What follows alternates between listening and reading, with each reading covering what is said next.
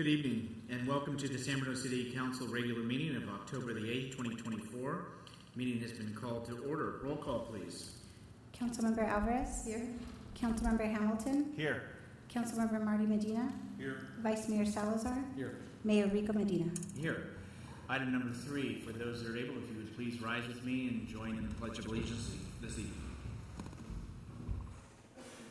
I pledge allegiance to the flag of the United States of America and to the republic for which it stands, one nation, under God, indivisible, with liberty and justice for all.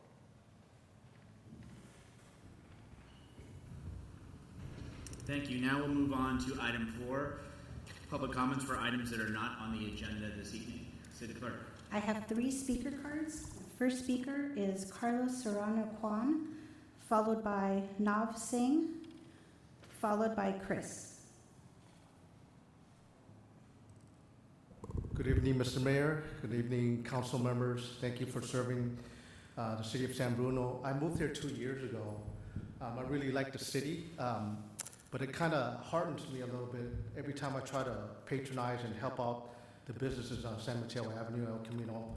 I really like the businesses, but what I read in the paper and what I experienced myself with the parking meters, it took me about 12 minutes to actually pay for the meter and figure out how to pay.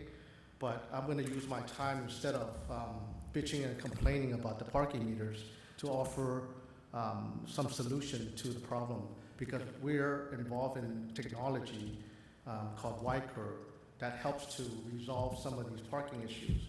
And what I want you to do for a moment is to play along with me and imagine that you had an app and then you could automatically drive into San Mateo Avenue and the app will tell you which spaces are available and which are, how much it costs, when you have to pay. And as you park into your spot, the app automatically gets billed. So you get billed for each second that you are there, and no longer than that. That app is functioned by satellite and also functions by your smartphone. So it's a smart parking meter app. And what it does is that we're in pilot programs throughout various different cities, but I would love San Bruno to be one of the first on the West Coast to pilot this project. And imagine that you didn't have to stress over coming to downtown to go to a restaurant that you may spend a little over an hour and potentially get a parking ticket for, because you, on your app, you're paying for every second that you're parked there. You leave early, you pay for those whatever minutes you're there for. You leave late, you won't get a ticket because the app will notify you to extend or not to extend. So it's a beautiful and frictionless solution. It's called Y-Curve. I am an advisor to that product, and I just want to thank you guys for serving the community. I'm also planning commissioner for San Mateo County. I don't know how you guys meet at 7 o'clock at night, but thank you guys very much. Appreciate it. Thank you very much for your comments. Next speaker, please.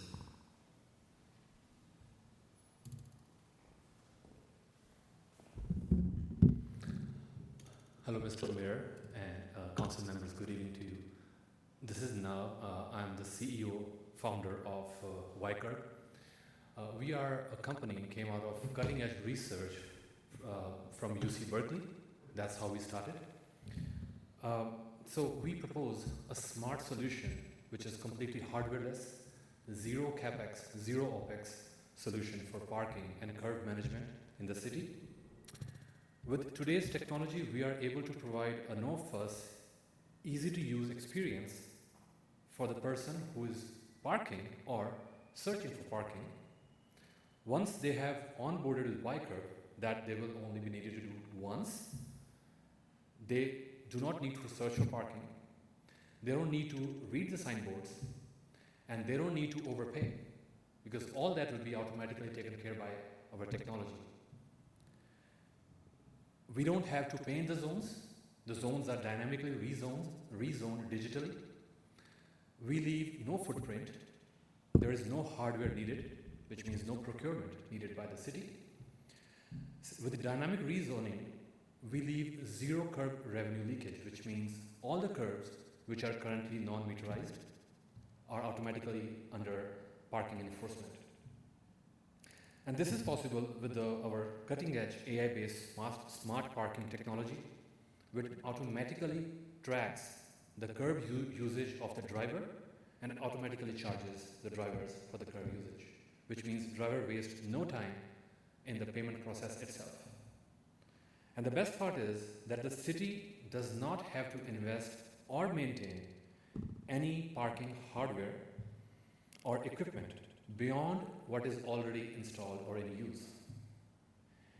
It's all done by AI and other online features which overlay on the existing parking program currently in use by the city. Additionally, Y-Curb can help manage parking in non-metered areas to prevent parking congestion in neighborhoods. Y-Curb is a revenue share program with an optional fee-based parking management program.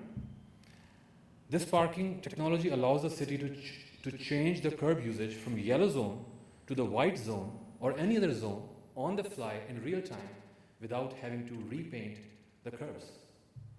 We truly believe Y-Curb is the smart parking for the future, and we would love an opportunity by the city to give you a detailed presentation.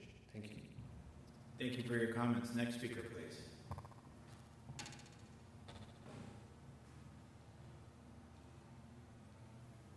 Hopefully I'm the Chris that was mentioned. Chris Gonzalez, 1504 Park Avenue. Mr. Mayor, honorable council members, I come before you 8 years in a row. We've closed down our street for Halloween. We're on the flatlands, so hundreds of kids come from the hills to our neighborhood to trick or treat. And so we've closed down the street to make it safe for those children. Hundreds and hundreds of people come. Our neighbors spend $200 on candy because, as you can imagine, providing candy for that many people is very expensive. This year, we've been asked to provide our own insurance policy. We found, the lowest bid we found was for $250, and I went to the neighbors to say, hey, can we split this? And they were like, no. So I come to you, I don't feel like I should have to shoulder that cost by myself. So we have one council meeting before Halloween, after today. So I'm just coming to all of you to help me find a way. If we only keep it open this one last year, that's fine. We can tell everybody that's coming. It won't be closed down because all those people are coming because they think it's going to be closed down. So please help me find a solution by the next council meeting. Thank you. Thank you for your comments. Next speaker, please. And I believe we have another Chris in the room that would.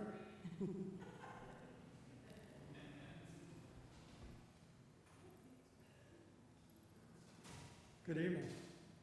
I just wanted to address a couple issues on lighting.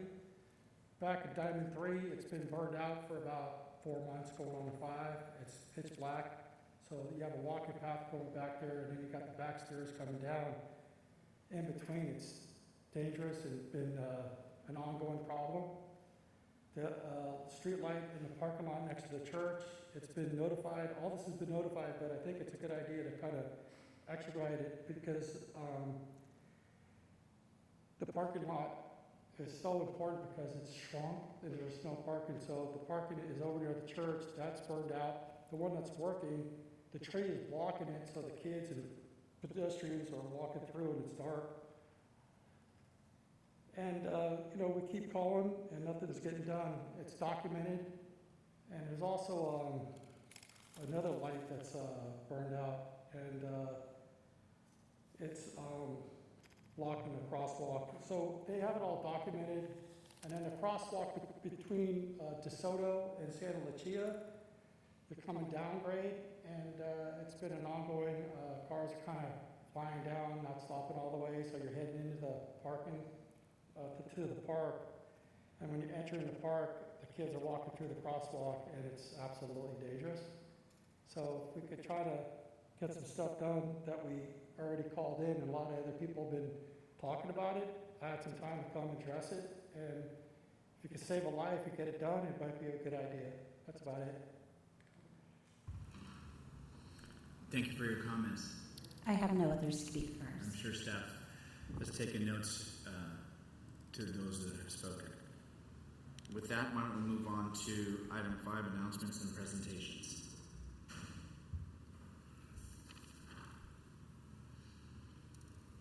First item A is to inviting everyone to join at Fire Station 51, which is located at 555 El Camino Real, for their annual open house, which is on Saturday, October the 12th. That's this Saturday, from 10 a.m. to 2 p.m. Item B, the city is partnering with Recology once again for the second of 2 free community events.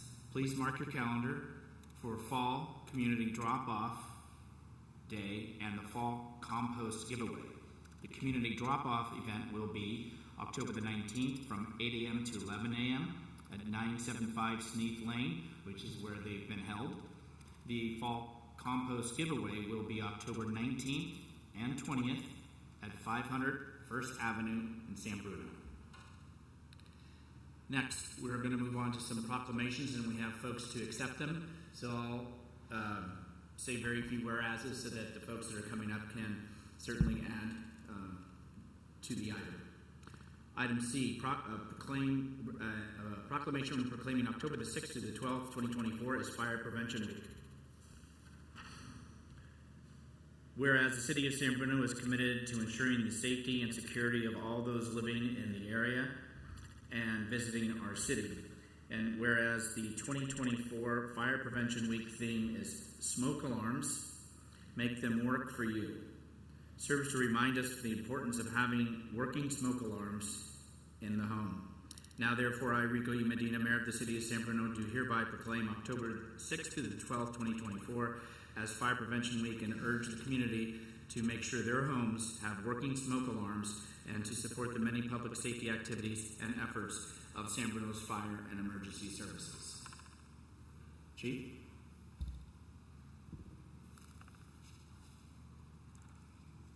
And Chief? Good evening, Mr. Mayor and members of the council. Ari DeLay, your fire chief. I'm gathered here today with my colleague, Chief Gage Slice, our fire marshal here for San Bruno, and he has just a few words to say about Fire Prevention Week and some of the activities associated with it coming up here over the next few days. Chief Slice? Good evening, Honorable Mayor, council members. Gage Slice, your fire marshal. Every year we do Fire Prevention Week. It's always the first or second week of October. This year, like Mayor Medina mentioned, it's smoke alarms, bringing in awareness of smoke alarms, checking your smoke alarms. If you still have a battery-powered smoke alarm, it's still every twice a year when we change the clocks back.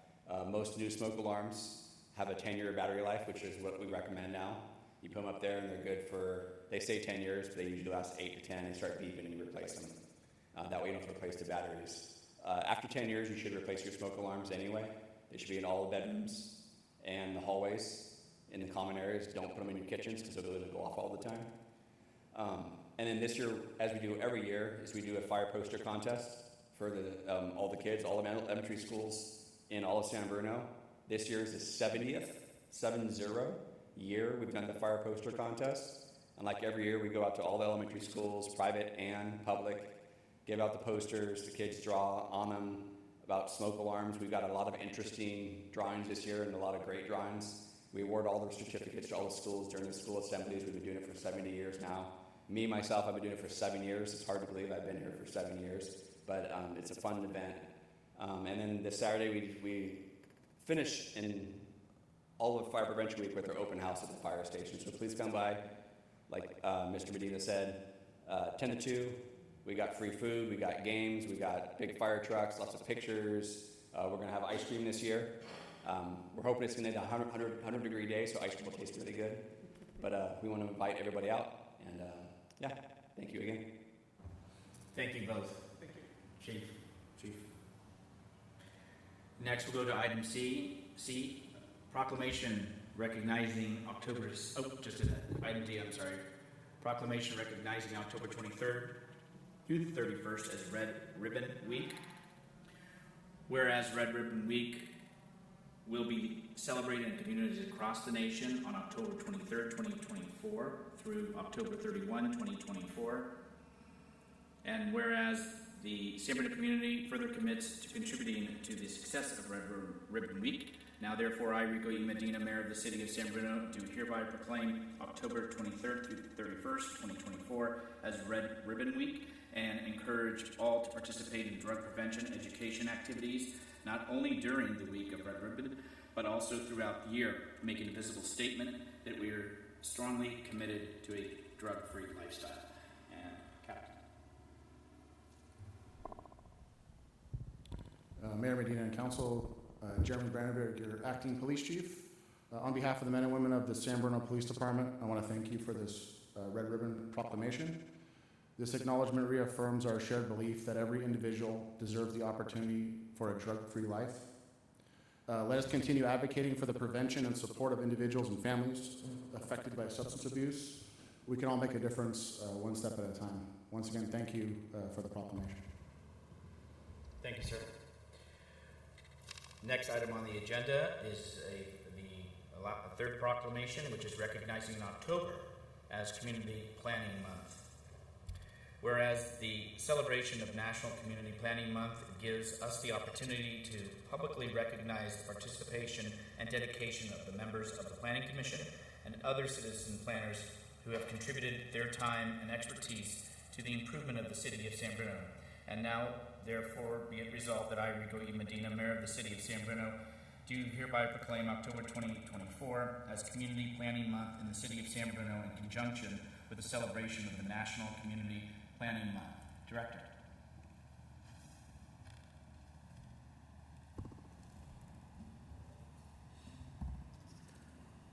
And team. Yes, thank you, Mr. Mayor. I'm Peter Gilly, the Community Development Director, and in addition to the Planning Commission and the citizens who help in the planning of the community, we also have our planners, many of which are here with me. Michael Laughlin, our Planning and Housing Manager.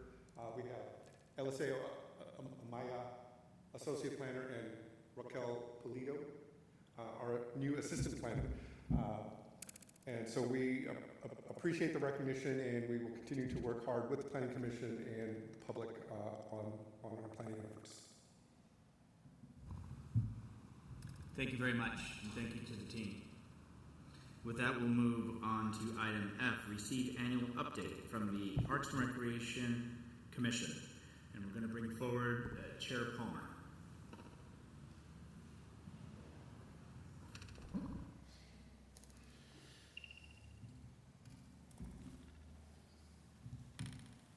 Let me get my eyeballs in.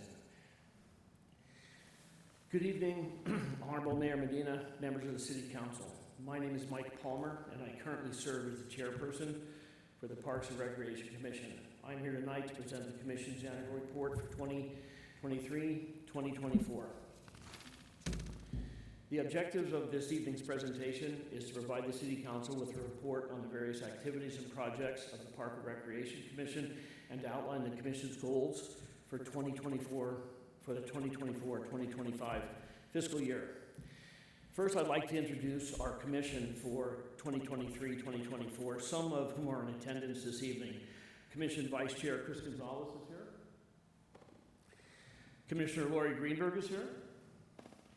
And Commissioner Dave Nigel is here. Also on the Commission were Commissioner Lucy Zamatia, Commissioner Mike Zastro, and Commissioner Jessica Martinucci. Our student rep for 2023-2024 was Wesley Liu. And with the Council's permission, I'd like to just say a couple of words about Wesley. Commissioner Liu brought a new and energetic approach to the Commission. He was a regular contributor at the Commission meetings, and he kept the Commission informed regarding events in San Mateo County, such as Domestic Violence Month and Down Syndrome Month.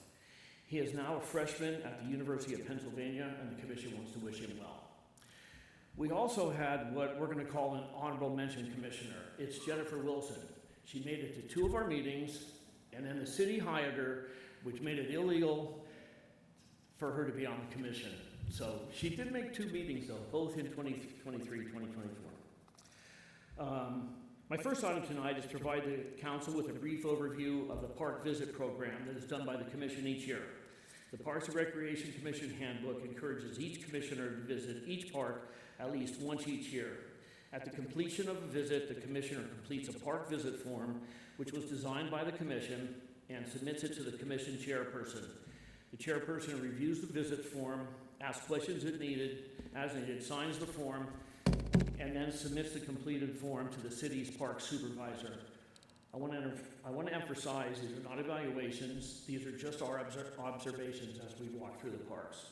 For the 2023-2024 fiscal year, commissioners completed over 50 visits to the city's parks, and that's all of the parks. Next, I'd like to provide the council an update on the various park projects undertaken by the city in 2023-2024. I'll briefly discuss the projects and the commission's involvement in each of them. First is the master plan for the Crestmore soccer fields. A little background on the project. After the San Mateo Union High School District closed the Crestmore High School site, it entered into a purchase and sale agreement with Summerhill Homes. In turn, Summerhill is working with the city on a development proposal which would include single-family residential units, space dedicated to the city for a public park for sports, and some acreage of publicly accessible natural open space. At the regular Parks and Recreation Commission meeting in September of 2023, the Commission received its second presentation from Callender Associates, the landscape architects, on the master plan for the soccer fields at the old Crestmore High School site. This meeting was well attended by the local soccer community, and 15 people associated with the various soccer organizations had a chance to voice their opinions on the subject. Once the general public had finished speaking, the commissioners had a chance to relay their views and opinions on the project as it had been presented. The next park project is the completion of the Florida Avenue Park. The project was started some years ago. The commission was happy to be involved in the process from the beginning and is happy to see this project move along to its completion in the 2024-2025 fiscal year. On Monday, December 18, 2023, a special meeting was held so the commission could receive an update from MIG, the architectural firm selected to complete the project. The commission discussed and shared their views on the plan proposal. The commission as a whole supported the new design, which includes a multi-use lawn area, walkways and benches, an exercise area, and a fenced play area. Next on the project list is the conversion of the Centennial Park site into a more usable space for the community and the downtown businesses. The commission was excited to be part of this process. The commission received a staff report on the initial design and welcomed the changes. On March 19, 2024, the city held a groundbreaking ceremony at Centennial Park, which was attended by several commissioners. The Centennial Park project is nearly complete, and we encourage everyone to attend the grand opening celebration event to be held on Friday, October 25. There will be entertainment and ice cream at 3:30 p.m., which will be followed by the official ribbon cutting at 4 p.m. The final project to note is the addition of pickleball to the tennis courts at San Bruno Park. The popularity of pickleball has rapidly increased nationwide, and the basketball courts at the Recreation and Aquatics Center have been striped to include pickleball courts. At its February 21 meeting, the commission received an excellent presentation from a San Bruno pickleball enthusiast that was both informative and entertaining. At the completion of the presentation, the commissioners had a chance to relay their individual thoughts on establishing pickleball courts on the tennis courts in San Bruno Park. Staff implemented a trial plan, and pickleball came to San Bruno Park in May of this year. According to the report received by the commission at its June meeting, the trial has been successful. Next, I'd like to speak very briefly about the new Recreation and Aquatics Center. Because this report covers the 2023-2024 fiscal year, I felt it was important to include a note about the RAC. Commissioners Gonzalez and Palmer continued to serve on the Construction Advisory Board until the last meeting was held in April of 2024. Throughout the year, the two commissioners provided the rest of the commission regular construction updates at each of the commission's regular meetings. The other commissioners had a chance to ask questions and also offer their opinions on matters related to the overall project. I'd also like to add that Commissioners Gonzalez and Palmer served on that advisory board from its inception excuse me, and attended the very first advisory board meeting, which was held on, this is hard to believe, February 20th, 2018. It's just hard to believe. Okay, new subject. Each year, the Parks and Recreation Commission has the honor and privilege of selecting a member of the San Bruno community to receive its annual Community Recognition Award. The criteria for this award are as follows: a person that has given unselfishly to the city or community, a person that has performed an outstanding task for the city or community, a person that displays service to the city, its citizens, and the community, and someone who goes above and beyond the call of duty for the city and the community. At its April meeting, the Commission voted unanimously to award the 2024 Community Recognition Award to Jean Johnson. If I may, just a few words about Jean. She's been a volunteer with the Friends of San Bruno Library since the mid-1990s. Even she couldn't remember the exact date when she started, when I interviewed her. Jean has served the Friends of the Library in a wide variety of roles over the years.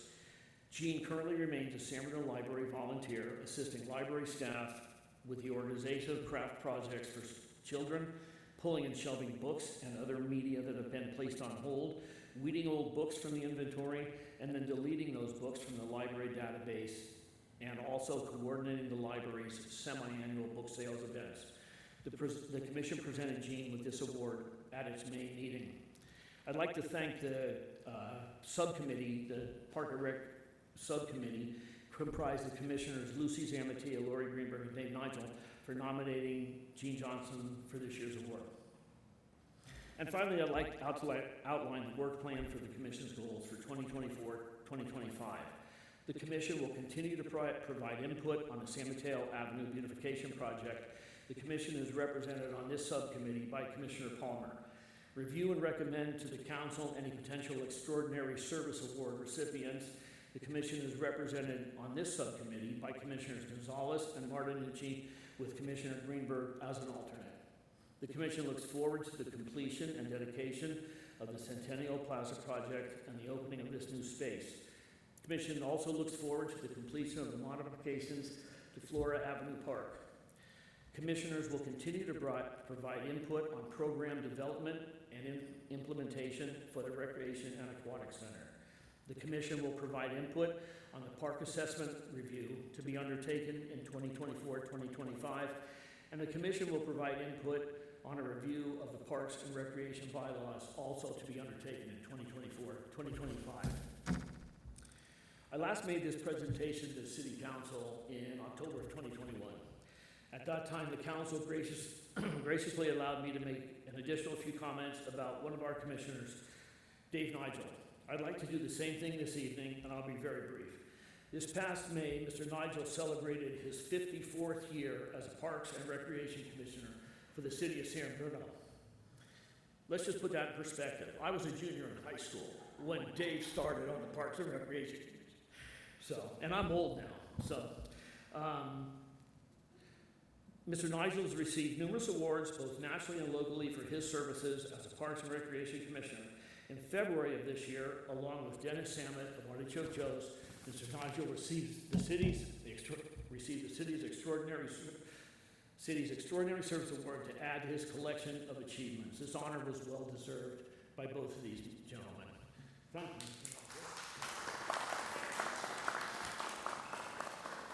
So this concludes our annual report to the City Council from the Parks and Recreation Commission.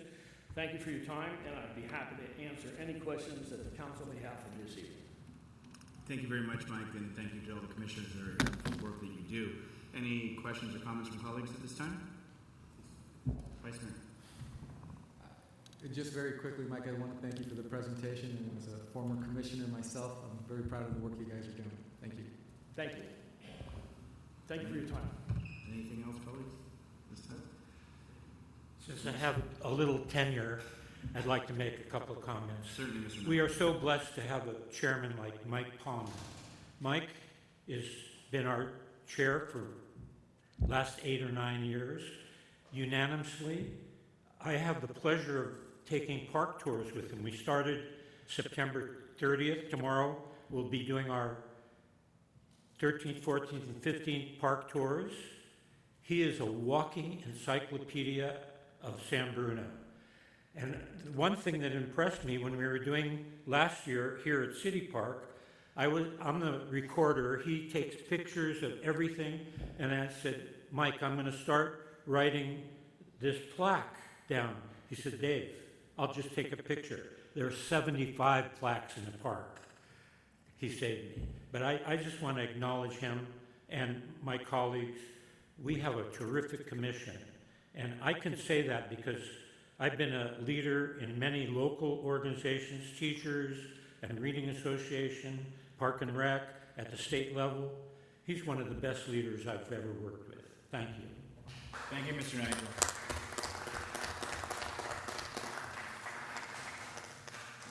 With that, again, thank you to the Commission.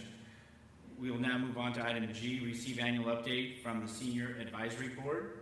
We have Megan, who is the staff liaison, who you can is up at the center as well as you can watch her on the Zoom meetings. Thank you, Honorable Mayor and members of City Council. I'm here on behalf of the Senior Advisory Board.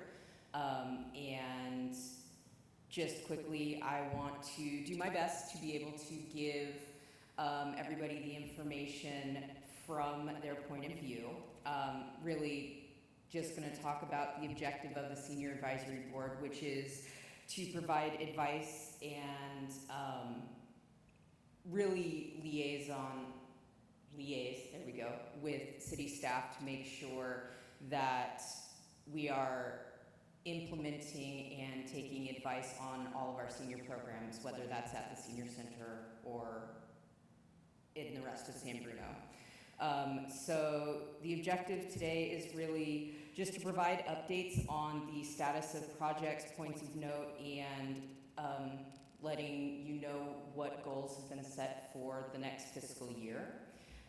The current board members are Bunny Epperson, the chairperson, Priscilla Martinez, the vice chairperson, and then there's Linda Boscano, Barbara Cox, Yasmin Froling, Ralph Olslesies, and Joyce Satow are the current board members. So going into updates for the fiscal year 2023-2024, some of what has been going on is for the congregate lunch program, as we've been coming out of the down numbers of COVID. They've been doing a really good job of getting an overall increase of people coming to the program to the point where most lunches are selling out every day, which is phenomenal. And then they've also been working in partnership with the Nutrition Site Council to open, or I should say reopen, Freddy's Cafe as an addition to augment the lunch program that is there. So it's open Monday through Friday, 9 to 1, and is a really good augmentation of the lunch program that is going on.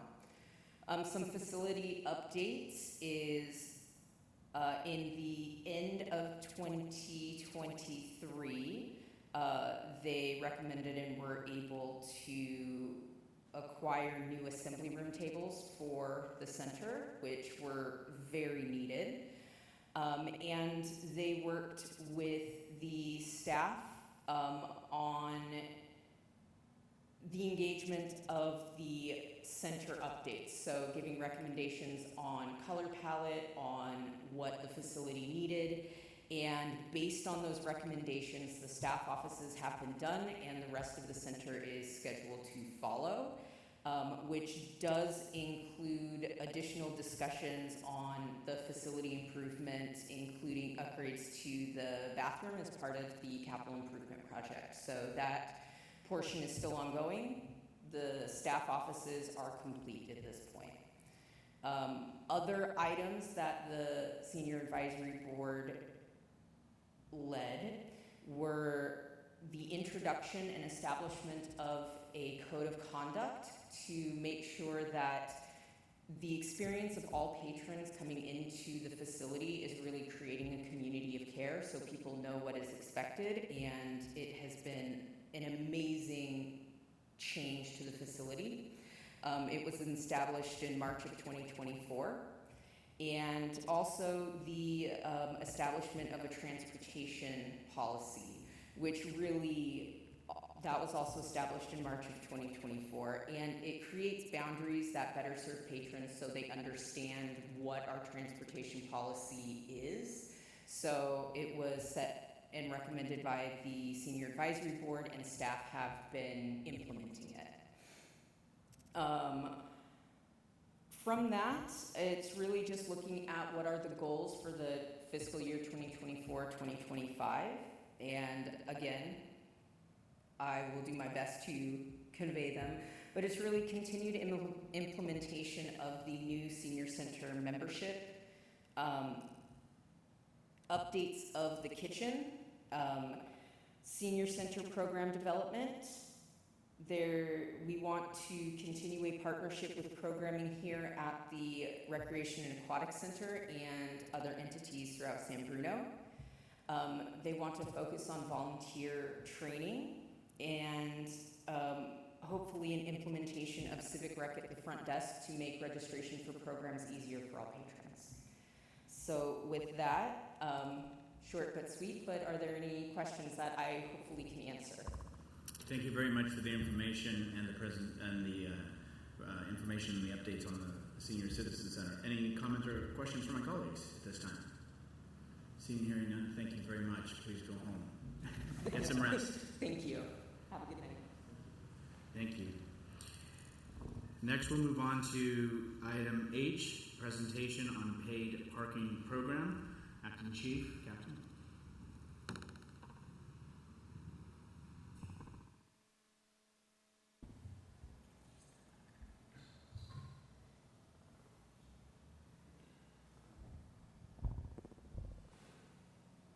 All right, Mayor Medina and Council, I'm going to provide a more formal presentation of the information that was provided at the last council meeting after public comment.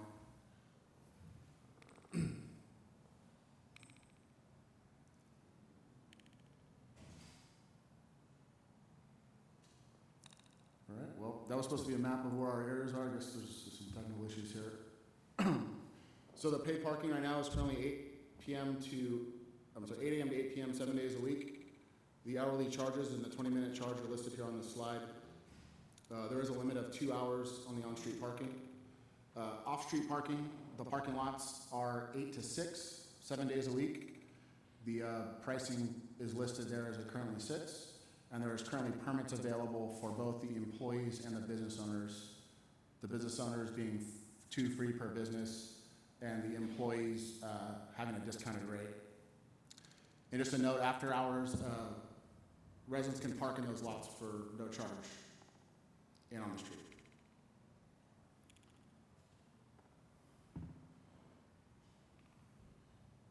So as of right now, we have 14 of our 83 kiosks, as it sits a little bit ago, and I ran those numbers for you today, that have a varying range of issues, whether that's power, whether it's coin jams, whether that's credit card readers. Out of the 8 I spoke about last time, the vandalized machines, 4 of them have been repaired. We have parts for the other 4, and we should have that done by end of week. That's our goal for those. We heard last time that there are some challenges with having a ticket appealed. As there's a picture of a ticket here on the slideshow on the bottom there, there's a website, www.pticket.com/San Bruno. If a individual receiving a citation feels there was issued an error, they can go to that website, enter their information, including the parking ticket number. Those disputes go directly to our traffic sergeant. Our traffic sergeant intakes all of those reviews, makes the initial determination, which includes either saying the ticket is valid after the review and or dismissing them immediately.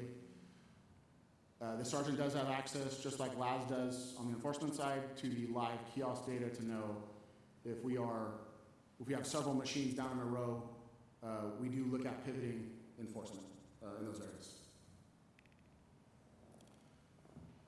So kind of what's next, as I already mentioned, we are working on repairing the 4 remaining vandalized kiosks out of the 8.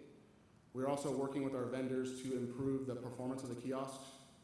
There has been some communication errors with the cellular connections in the downtown that we are troubleshooting actively with the vendor, as well as some issues with the solar charging that we're working through. We're also considering repositioning a few of the machines. Right now it sits at about 5 due to the lack of appropriate solar coverage during the daytime hours for charging. And then this picture here shows a demo decal on the right-hand side of the pay station where we're going to provide some additional information on the machine about the machine's operation, when coins should be inserted, at what part of the process, as well as a QR code to pay on the mobile application or web page for that zone where the person will be attempting to pay for parking. And as we talked about before, any issues or problems with the pay stations can be reported through the San Bruno Response portal. That sends notifications to both LAS and to the police department. LAS can be contacted on the phone number listed on the slide here, as well as the email address sanbrunoenforcement@lasparking.com. And they will, again, forward those, I'll call them complaints or issues to the police department if necessary, if LAS can't rectify the maintenance issue.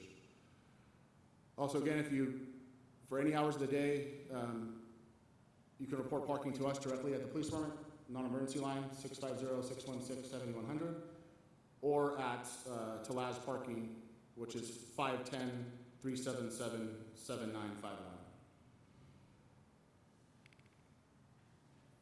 And that is the conclusion of the slides I have prepared for today. Appreciate that and that information and the update. Questions, colleagues? Mr. Hamilton.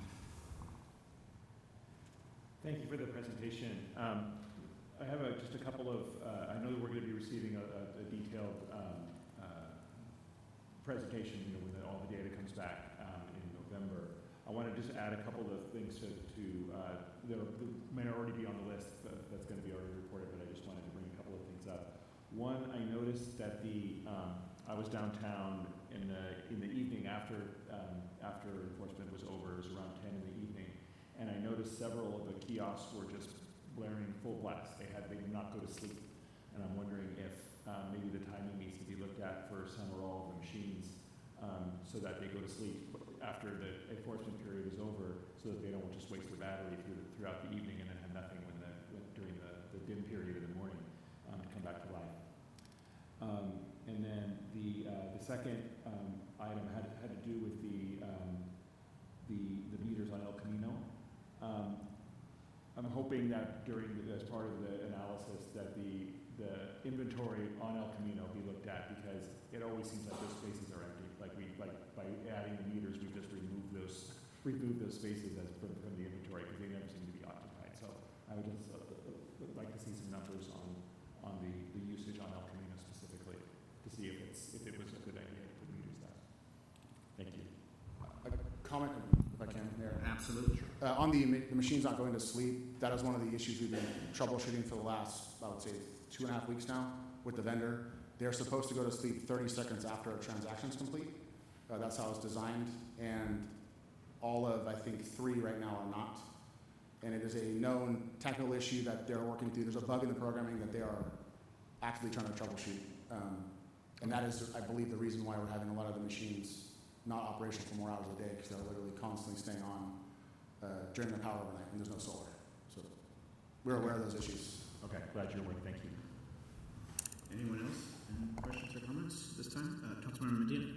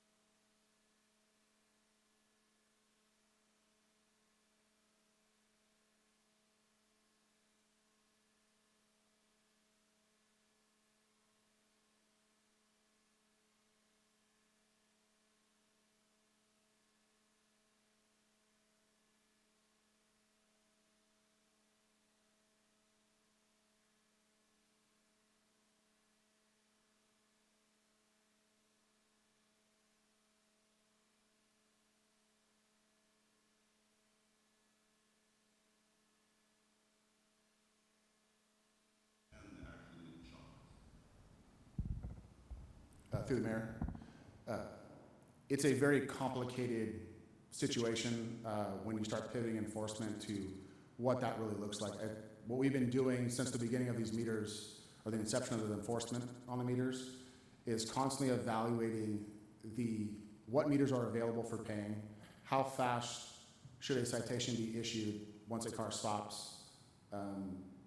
So if there's a large section of meters not enforceable, or I should say not operational, that's all taken into consideration on a constant basis, getting evaluated daily, hourly. We get an email, or I get an email as well as Laz does in our parking enforcement team, every time there's an issue with the machine, any kind of issue, low paper, coins are getting full, it's an email.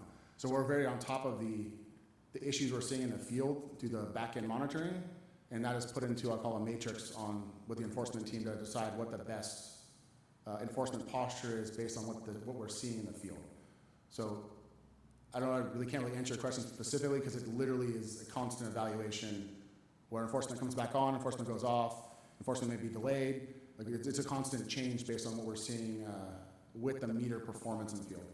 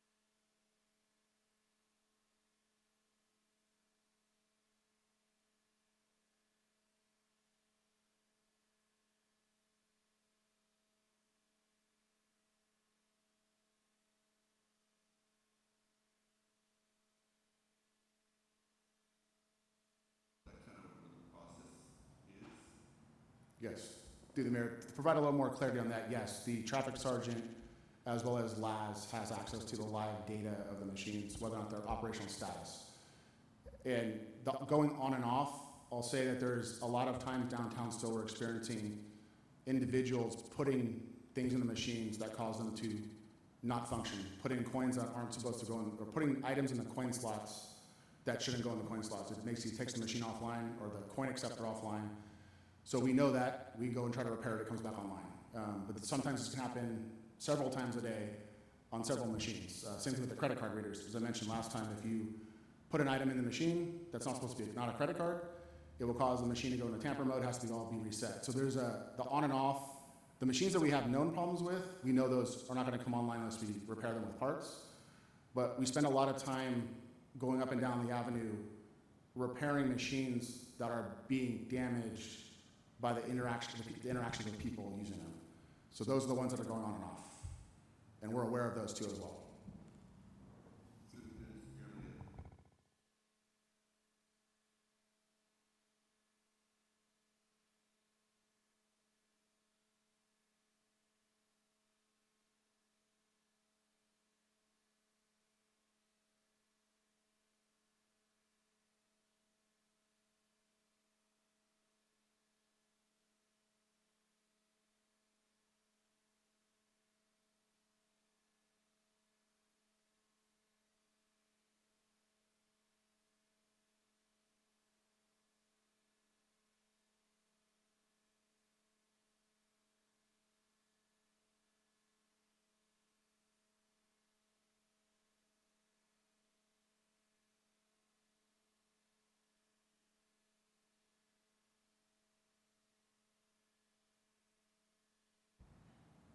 Yes, that's through the mayor, sorry. That's correct. The additional, just kind of a reminder for the public that there is multiple ways to pay on some of these machines.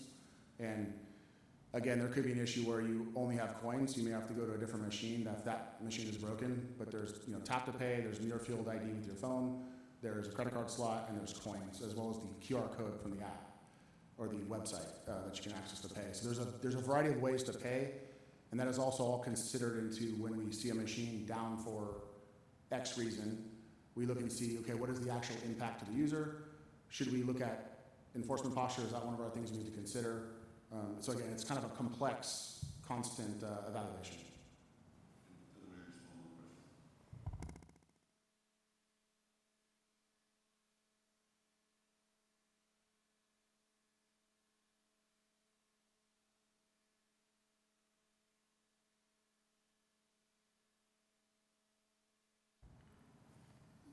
So the vendor T2 is, they say it should be sub 15 seconds, 20 seconds. We are experiencing, which we're realizing downtown, there's some Verizon coverage issues that have kind of recently popped up that were not present when we were doing our testing of the machines.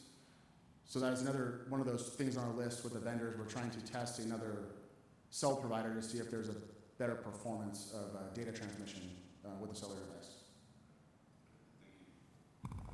Any other questions or comments? Councilmember Alvarez. Thank you, Mr. Mayor. Thank you for the presentation. Is there anything that LAS has contributed to fix the problem or issue any kind of solution to this problem? I think, if in my opinion, if a kiosk is not working, we shouldn't be issuing any ticket. We've heard over and over that there's many ways to pay the ticket, but why do we have to go to that extent to pay the ticket if the machine is not working? What is LAS doing to compromise with the city and our residents to avoid getting ticketed on a malfunctioning kiosk? Through the mayor. Councilman Alvarez, so LAS is a contractor of the cities that's specifically charged with enforcement at our direction, is the city's direction. They are not really in a position to provide us a solution to our meter, lack of the meter's maintenance parts of it. Part of their contractual agreement is to provide minimal maintenance on the machines when they do coin collections weekly. So having them service these machines every day is probably outside the scope of their contract.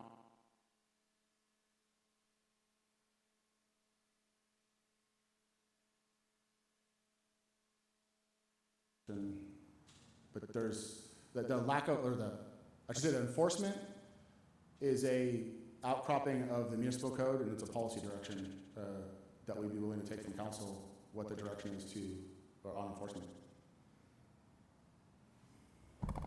Any other questions or comments at this time? Vice Mayor.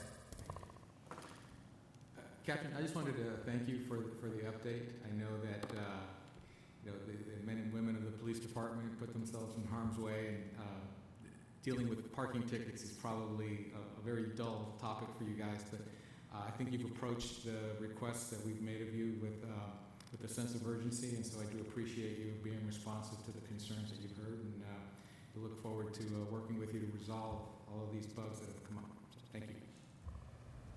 Thank you.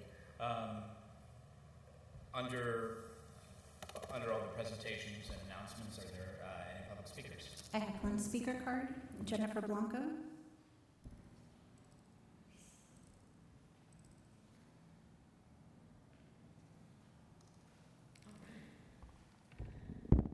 Cool. So glad we're baptizing the new building with the first meeting here. Good evening, everyone. My name is Jennifer Blanco. Good evening, members of our city council, members of city staff, and our city residents who are watching at home and who are sitting behind me. I want to just share a little bit about my personal experience with the parking program. I do got to let you know, I do believe that it was very aggressive. The rollout was very aggressive. I am not familiar with any other city on the peninsula that charges on El Camino. I believe someone just told me the other day, this weekend, that you cannot put coins in the machines on El Camino, so I don't know if that's true or not, because I have yet to try to park there.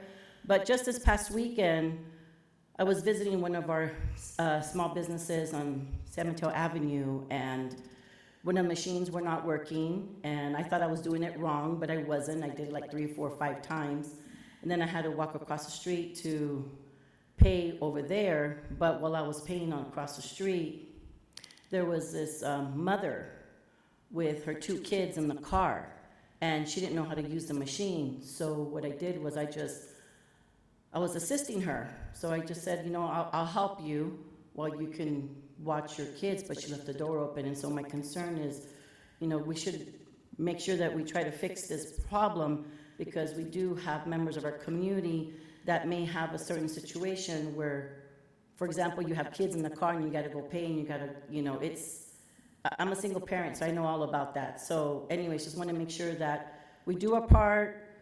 We pay the fees that we have to with the parking permit, the parking program. I get that part, but it shouldn't be so frustrating. And the machines are constantly going out, and that shouldn't be an issue. And also our community members, especially in the avenues, right, with our underrepresented, marginalized population of our community, low income, getting a ticket, it does get expensive. And so we shouldn't be ticketing our community if the machines are broken. So I hope we're able to resolve this issue and just make sure that we have our community members with certain circumstances. For example, the example of the mother with the 2 kids in the car. So anyways, thank you. Appreciate it. Thank you very much for your comments. All right, and again, thank you to you and the department. Now we'll move on to item 6, which is... Now, I know you spoke about meters already. Yes, I just wanted Okay, to add so some. is it... Just Because I allowed you to speak on the topic that was already on the agenda, and because you specifically on meters, so I'm trying to understand what we're talking. It's almost like having a bite of the apple twice, and so I want to be fair. So whatever you're going to let us know, if you could kind of make it concise, I would appreciate it. Thank you so much. Thank you for allowing. Just wanted to elaborate that the research we did at UC Berkeley is very relevant to what we are trying to solve. It was a 2 years research where we interviewed 200 plus drivers, including commercial drivers, regular drivers, and gig drivers. We interviewed more than 50 city offices across North America, and we interviewed executives of mobility companies like DoorDash, FedEx, Instacart, and that's how we crafted the Y-curve solution. So just wanted to elaborate that it is very relevant to the problems we are facing right now. Thank you. Thank you very much, and I appreciate your comments and keeping it concise. I appreciate it. Thank you so much. Item number 6, consent calendar. All items are considered routine or implemented in an earlier council action may be enacted by one motion. There will be no separate discussion unless requested. There will be one single public comment period for all items in this section unless a council member is requested to pull an item for a separate vote. Are there any items for a separate vote? Seeing none. Any items under 6A to 6H that have a comment or a question? Anything that needs to be recused? Any public comment? I have no speaker cards. Bring it back for action. Move to approve the entire consent calendar. Second. I know who the motioner was, and I'll let the city clerk decide who the seconder was. All those in favor of the consent, please say aye. Aye. Aye. Any opposed? Passes unanimously. Item 7, conduct of business.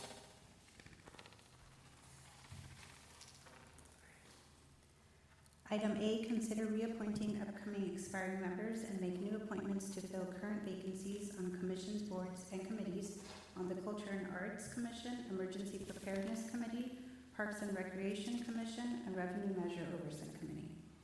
Okay, thank you.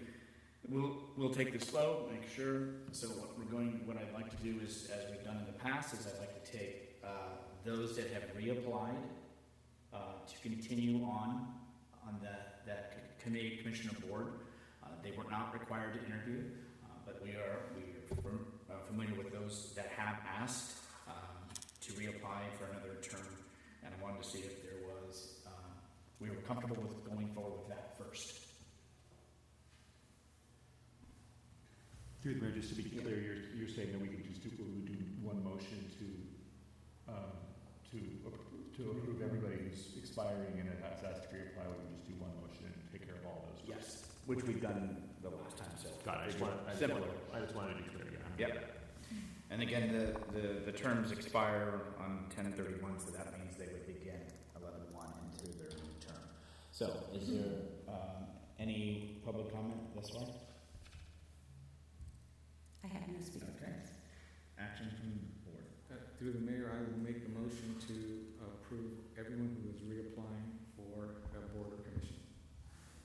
I will second. So between the two, they can trade off between the last one and this one. I'll just defer all my seconds to Councilmember Alvarez. Motion and second. All those in favor say aye. Aye. Aye. Any opposed? Passed unanimously. So thank you to those who have served. Thank you to those who have chosen not to continue on in that, or maybe you're seeking another committee, commission, and board, and I appreciate that. So with that, let's start at the top. We had Bicycle and Pedestrian Advisory Committee. We had 4 open seats, 3 that are seeking reappointment, and so we have 1 vacancy, which expires at the end of the month. But there are no applicants. So what we will, I just want to take it one by one, and just so that we're following this. So with that, we can put that out again, but at least again, there was 1 vacancy, so if those are listening, somebody piques their interest. On the Crime Prevention Committee, we had 4 open seats. We had 4 incumbents. All 4 have been reappointed, so there are no openings for the Crime Prevention Committee. On Culture and Arts Commission, there are 4 open seats. 1 incumbent was seeking reappointment, which has been reappointed. So therefore, we have 3 vacancies. We have 2 seats that expire on October 31st, 2024, and we have 1 seat that expires on October 31st, 2026. So keep in mind, there are 3 vacancies, 2 for that expire at the end of this month, and 1 would be to fulfill a current term for 2 years. So if we want, we can go ahead and I can divide it up and take the full term and then take the half term, or we can just get nominations out, whichever the board wants to do, which might be easier. Through the mayor, I would suggest that maybe we do the short term first, get that one out of the way, and then do the full terms. Sounds good. Everybody's good with that? We will do that. So now we will do nominations, and this is for to fulfill a open term until 10/31/2026. Hello? No idea. Questions? Any nominations at this time? No, we're doing the short term. Mr. Hamilton's suggestion was I'm go ahead. two seats expire this year. Correct. For a full term, 4 years, and that's to complete a term.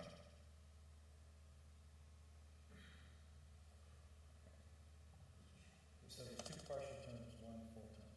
No, there's 1 partial, and there's 2 full terms. Okay, I see. So we're reporting them to start in 24, and then We're doing the one to take on the term and conclude. No, so this one is a 2-year term. Okay, so, all right, now we're back. That's okay. No, that's okay. Let's walk it through. I'm sure we're all kind of, yeah? Yes, Councilman. I think it's more for the short term. I'll second that. Any other nominations for the 2-year term? Any other nominations for the 2-year term? If not, then do we have action from the board to go ahead and concur for Stephen Seymour for the 2-year term? So moved. Second. All those in favor say aye. Aye. Any opposed? So we have the 2-year term filled. Now we'll go back. We have 2 seats that will have a 4-year term that will begin November the 1st. So we have 4 persons that have applied. Are all 4 still wishing to continue? Yes. Okay. Yeah, still interested. And did staff get back to the 1 applicant who Yes, had the questions? liaison reached out to the applicant and spoke to her. Okay, with that, I'll open it up to the floor for those who would like to nominate. Through the mayor, Mr. Hamilton. I'd like to nominate Nicole Hanhan. Second. nominations? Through the chair, Mr. Salazar? I would like to nominate Nader Abdulmolish. Is there a second? A second. Is there any other nominations? Any other nominations? Through the chair, Mr. Salazar? I would like to nominate Nancy Foreman. Is there a second? Second. Any other nominations? Hearing none, we have 3 members. We have 2 seats. And so what the city clerk will do is call your name, meaning our names, and you may sit down. Anybody have any questions after this, let me know. And you will select 2 individuals that you wish at this point, and then we'll see how the votes are, okay? So with that, please, city clerk. Councilmember Alvarez?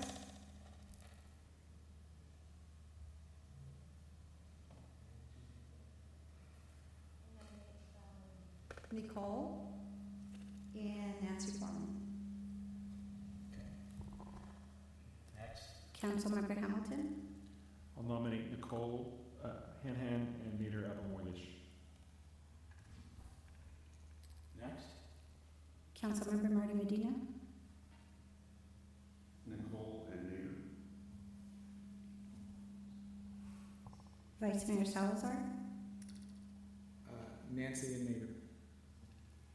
Mayor Rico Medina. Nader as well for myself. And so we don't go to a tie, we'll go Nicole, please. That should give 4 votes for Nader, 4 votes for Nicole. That is correct. Okay, those are the 2 persons.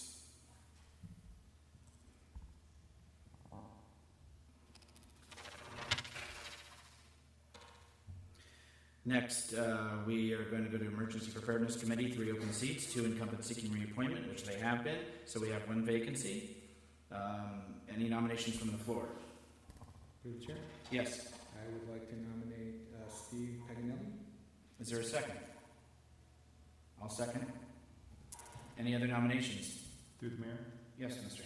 I'd like to nominate Philip Freeman. Is there a second? Second. Any other nominations? Any other nominations? Hearing none, we have 2 nominees. City Clerk? Councilmember Alvarez. I nominate Philip Freeman. Councilmember Hamilton. Philip Freeman. Councilmember Marty Medina. Philip Freeman.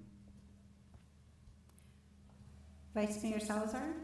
Since Mr. Freeman has the 3 votes and he was my second choice, I will also select Mr. Freeman. Same here, Mr. Freeman. Next, we'll move on to the Parks and Recreation Commission. We have 4 open seats plus 1 youth representative. 1 incumbent was seeking reappointment, who has been reappointed.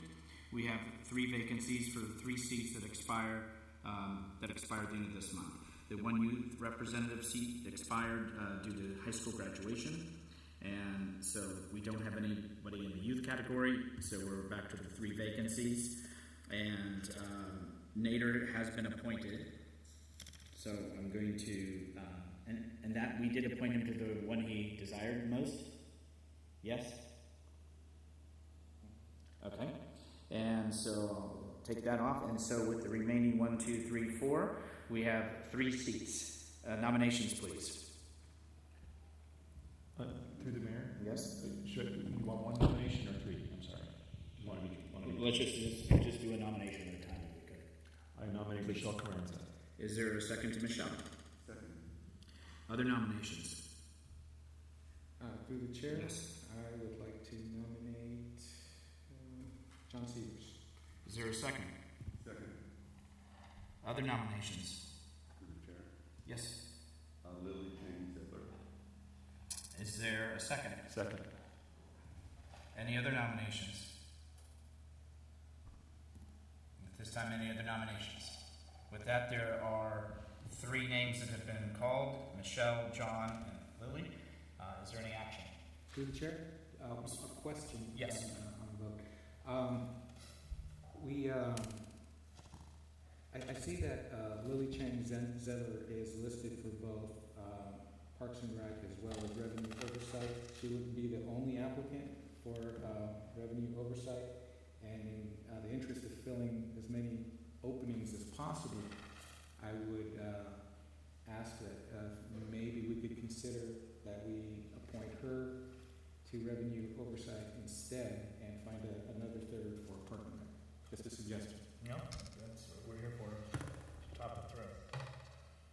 Mr. Hamilton? Through the mayor, I believe during the interview process, Lily did state that she really preferred Parks and Rec over Revenue Oversight. So that's the only thing that your suggestion is absolutely logical, but I also, folks are volunteering, and I think we need to respect their wishes as much as we can. I thought I heard her, she's open to the three. I'm sorry? I didn't hear you. I thought I heard her, she's open to the three. Planning and the Parks and Rec and the revenue measure.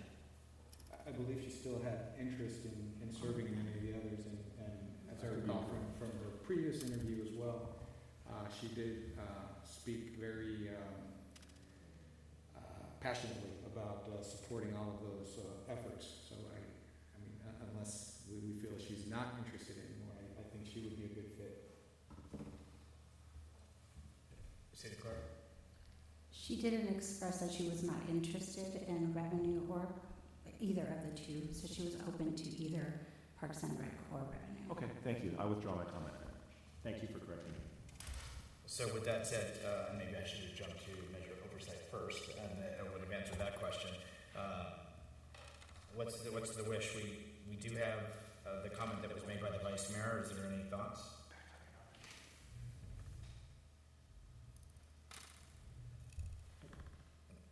Mr. Hamilton, I think what the Vice Mayor is saying is Garrett could enjoy that. I'll nominate Garrett Twain.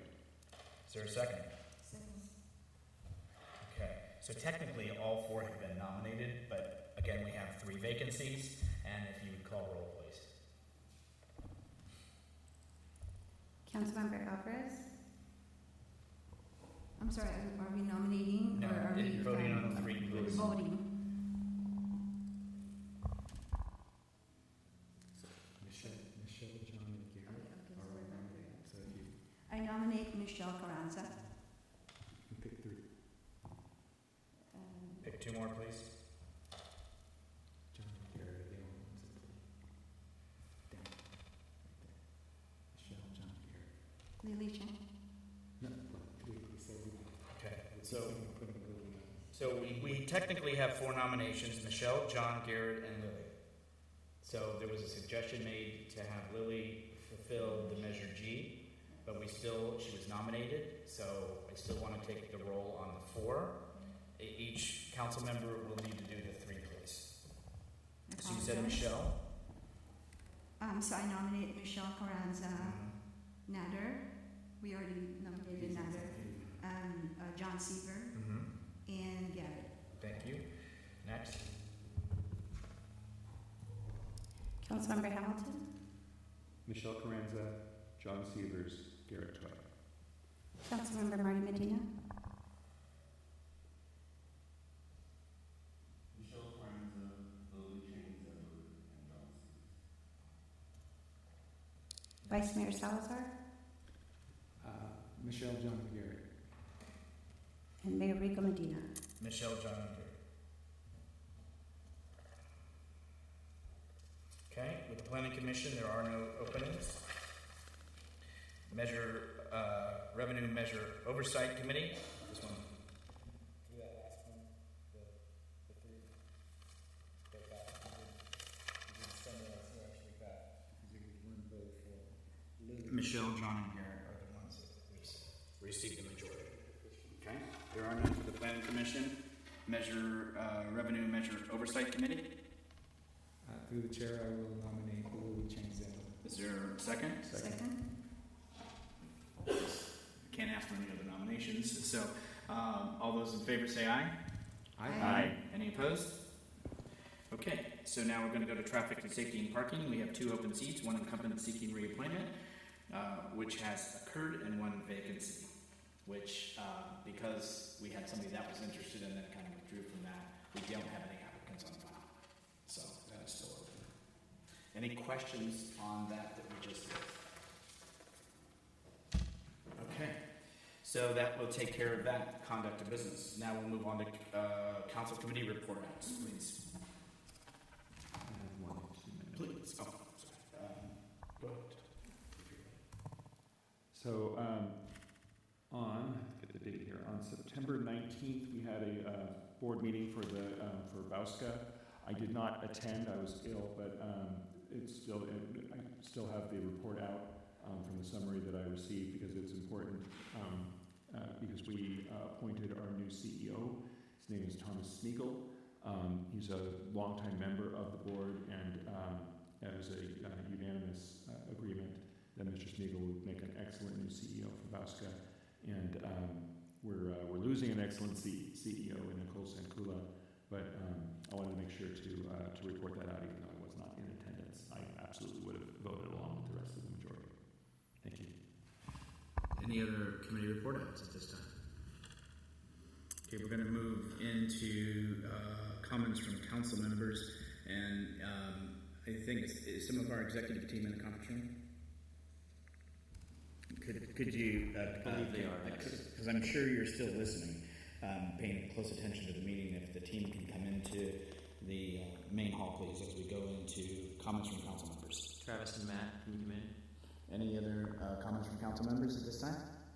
If not, yep, council comments. Please.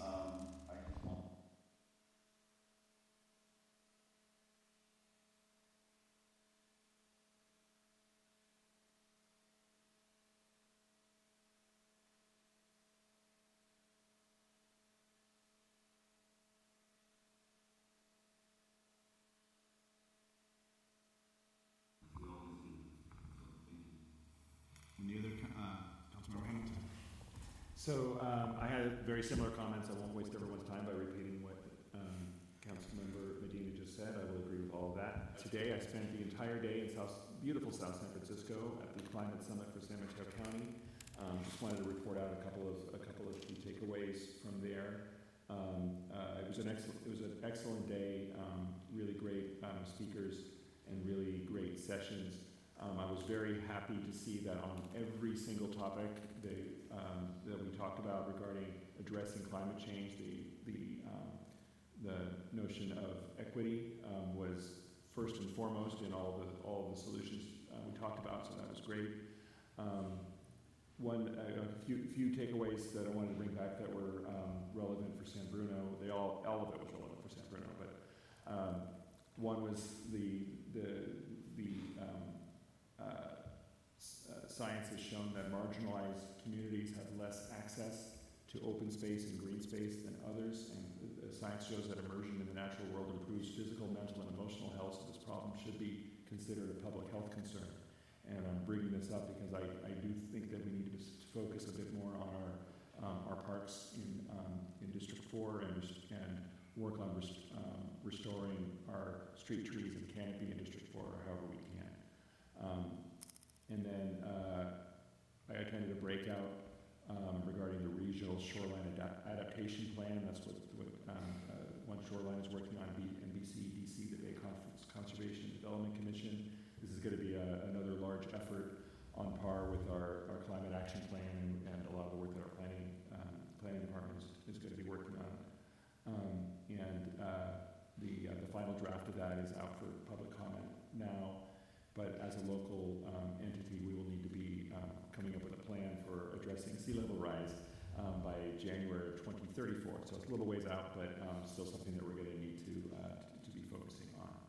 And lastly, I've been asked a lot recently if I would support completely phasing out gas water heaters within 3 years, and that seemed really aggressive and scared me a lot when it comes to equity issues for how folks would replace those.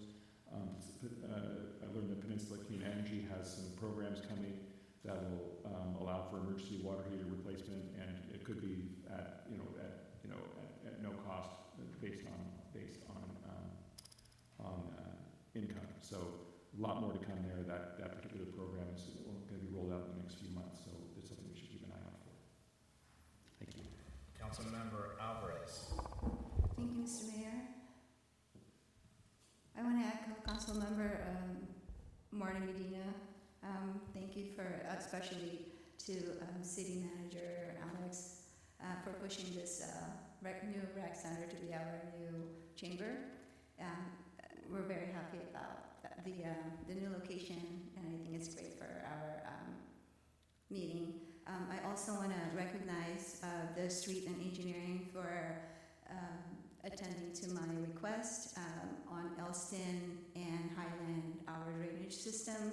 So they cleaned the drainage system, all the runoffs from the back of the Pacific Bay apartment. Thank you. Vice Mayor. Thank you. So I just wanted to add my thanks as well. I know it was a big effort to get us in here. It was a big effort to get the center open. And I also just wanted to say to the members of the public that if we're experiencing any technical difficulties, to bear with us. We will work through them. Thank you. And City Manager, would you mind introducing Brian? Because I asked the department heads to come in and they didn't. Brian walks out, comes back in, and they're all behind him. So he's doing something right. Yeah, I'm happy to do so. So, as the council knows, we have an assistant to the city manager position, and that was vacated in January when Jennifer Dianos kindly stepped up and became the interim human resources director. So this position's been vacant for 9 months. We were finally able to successfully recruit a stellar candidate. Brian Adam is his name. He comes from the city of San Francisco. He worked for the city's technology department there, and prior to that, he was in the private sector. Brian is very enthusiastic, and he's got the right energy to come on board and sort of step up right away. Interestingly, it's not surprising when I turned around that a good assistant too knows to go find the department heads and round them up and bring them in, and he did a great job. I want to offer one little bit of insight about Brian that I think is interesting. Council will recall we used to run the Narita program out of my office, and then when Jennifer Dianos went to her new position, it moved over to community services. Interestingly, Brian speaks Japanese, and so we are moving the program back to him. He is actually heading to Tokyo in a week or two, I forget. I brought him on board sooner than later because I wanted him to start, and then gave him a 2-week vacation. So he'll be heading back to Tokyo at the end of the month, but I think the good news, the exciting news is he is, I don't want to say he's fluent in Japanese. He can tell you if he's fluent in Japanese, but he's represented himself as certainly understanding the language, which I think will be a benefit for that particular program. It's not why I hired him, but it's a big benefit for us. Anyways, Brian Adams. Oh, there you are. Sorry. Brian, if you don't have to, I don't want to put you on the spot, but I just did. But if you'd like to say anything. For sure. I guess I thank you, Mayor Medina, and to the councilors, or the council members, and thanks for those warm words from City Manager McIntyre. Yes, I am Brian Adam, the new assistant to the city manager. It's true that I took the Japanese language proficiency test last year for the N2 level, which is business fluent, one level below, like super duper fluent, but I did pass the test. I can speak some Japanese as a party trick, but I am excited to go back to Japan later this month. But I'm also excited to have started working with the city of San Bruno last week. I'm excited to support all the different projects and initiatives the mayor and the council have, and to provide whatever support and experience I'm bringing from San Francisco to San Bruno, and to learn as much as I can. Thank you and welcome. Since I wanted to have you introduce Kenny Sapp to the meeting too. And you were using your technical skills earlier, I noticed. And that's why I wanted to bring everybody in, because it was a lot to obviously get the facility open here when we had the ribbon cutting on August 24th. And this, I know there were dry runs. I know folks were here last night. I know folks were here this afternoon. I got here early and then quickly departed to the conference room because I could just, everybody was trying to make sure everything went well. So that doesn't just take a person. I mean, we're giving credit to the city manager, and that's okay, it's his team. But in essence, it really is everybody that's in this room. And also, Johnson and Johnny, that I want to thank because there was a lot of time and effort, and they really worked hard and wanted to get it done right. And for our first go around, shall we say for now, it's nice to be home. So, with that, the only thing I wanted to report out is that I had a conversation with Executive Manager Mike Callaghy in regards to Article 34. I'm sure we all kind of know what that one is, and that's what happened in Millbrae and what's been on the news. Folks don't know, but even we had a motel that was looked at in San Bruno to be acquired. Didn't happen, and the county wanted to put a ballot measure on this November regarding Article 34.